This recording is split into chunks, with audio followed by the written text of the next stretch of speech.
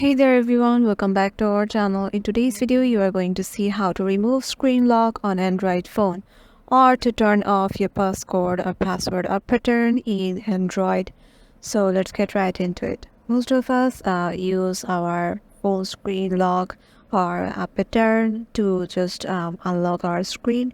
So to just change it or to remove it, we just need to head over to the settings option and just search for lock screen and go to screen lock type, and here you can see in my one there is a password one, so head over to it, and here all I need to do is to enter my password, so I'm currently doing that.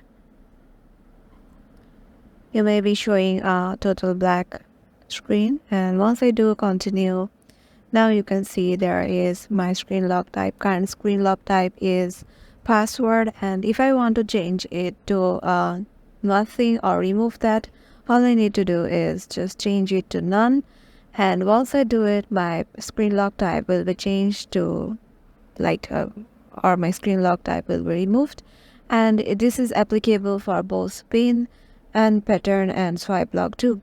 Hope this video will help you out, and make sure to give it a thumbs up and subscribe to our channel, and we will see you in the next one.